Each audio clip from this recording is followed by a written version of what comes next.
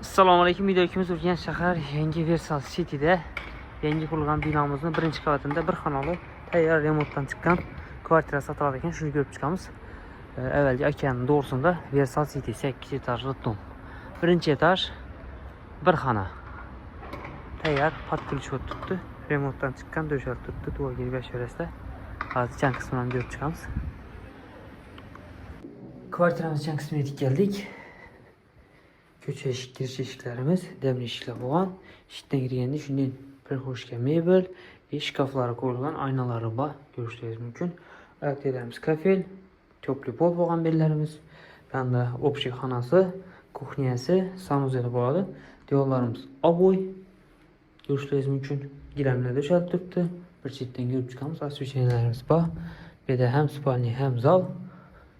Polni oboydan chiqqan. Açık svetdə gülsüz aboylu olub tutdu. Aynalar akvar, jaluziler qoyulgan.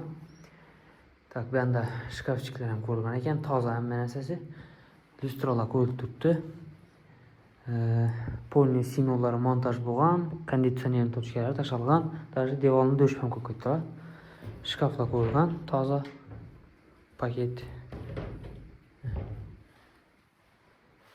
High-tech variantda eshiklar qo'yilgan. Ukrainskiy.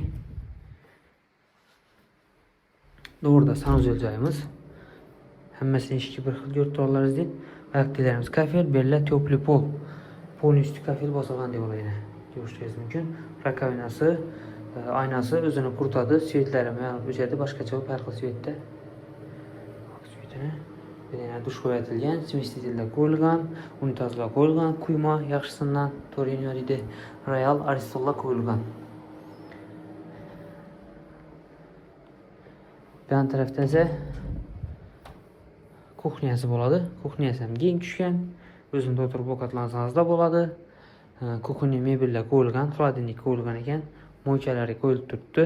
Bu yerda kir mashina uchun tochka tashalgan, bu yerda gaz plita uchun tochka tashalgan. Bitishgan joylari bor. Stenli kotel qo'yilgan. Yaxshisidan stenli kotel ham ko'rishingiz mumkin. Wi-Fi'li telefondan boshqarsangiz ham bo'ladi. Uyda bo'lmasangiz ham kelmasdan yoqib o'chirsangiz da bo'ladi. Stabilizator, reduktor hem menasesi bu. Aynalı akva. Hem topli pol yerimiz, hem batarya için toşka taşalgan zapasını. 8 etajlı dom, birinci etaj. Bir xona, tayyor, remontdan chiqib turibdi. Versal City. Bahası 350 milyon so'm, kvadratı ya 35 ya 37 kvadrat. Bir xonalı kvartira, tayyor. Doğru geri berisizlar. Bahası 350 milyon so'm. Kim ma'qul bo'lsa, bemalol telefonlashib kelib ko'rsangiz bo'ladi. Telefon nomerini aytib o'tamiz. 99 946 76 66. Xodimliklar ham paket.